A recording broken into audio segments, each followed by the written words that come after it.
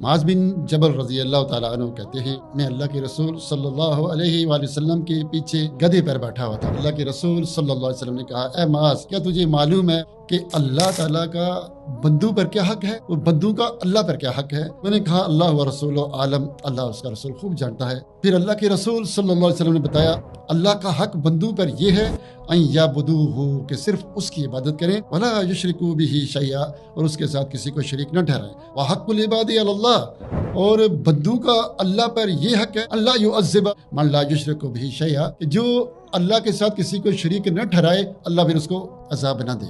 تو معاذ بن جبل رضی اللہ تعالیٰ عنہ کہنے لگے کہ اے اللہ کے رسول افلا ابشر الناس، کیا میں لوگوں کو یہ خوشخبری نہ سناؤں؟